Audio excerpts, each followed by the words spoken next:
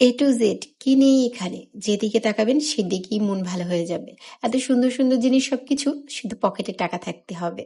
হ্যাঁ এভরিওয়ান, আসসালামু আলাইকুম। কি অবস্থা সবার, কেমন আছেন? সন্ধ্যা থেকে কিছু প্ল্যান করা ছিল, তবে যেটা প্ল্যান করা ছিল সেটা আর হয়নি। সো বাইরে একটু হাঁটতে বের হয়েছিলাম, বাচ্চাদেরকে আর কোনোভাবেই আটকে রাখা যাচ্ছিল না। তবে হাঁটতে বের হয়ে ভালোই হলো, বেশ কিছু কাজও হয়ে গেল। চলে আসলাম এখানে একটা কুকারি শপে। এখান থেকে আমরা সবসময় কেনাকাটা করি। যারা শাররিয়াতে আছেন তারা অবশ্যই এখানে একবার ভিজিট করতে পারেন। দিকে তাকাবেন সেদিক থেকে মনে হবে যে কিছু না কিছু নিয়ে যাই, এত সুন্দর সুন্দর সবকিছু ছিল। এখানে যাওয়ার কোনো প্ল্যানই ছিল না, তারপর যেহেতু গিয়েছি কিছু প্রয়োজনীয় জিনিসপত্র কিনে নিয়েছিলাম।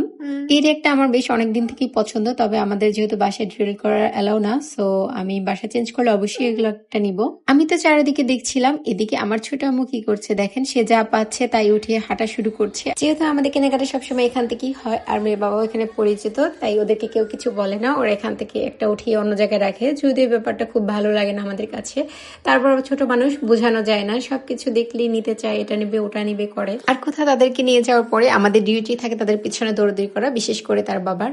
আর আমি এখানে একটু একটু করে সবকিছুর ক্লিপ নিচ্ছিলাম, ভিডিও আপনাদের সাথে শেয়ার করব বলে। এখানে গিয়ে শুধু আমি ভিডিও করে আসিনি, এখান থেকে কেনাকাটাও করেছি। আমার খুব প্রয়োজনীয় জিনিসপত্র যা প্রয়োজন ছিল তাই নিয়ে নিয়েছিলাম। ছুরি নিয়েছিলাম, এর মধ্যে একটা চালনি নিয়েছিলাম রুটি রাখার জন্য।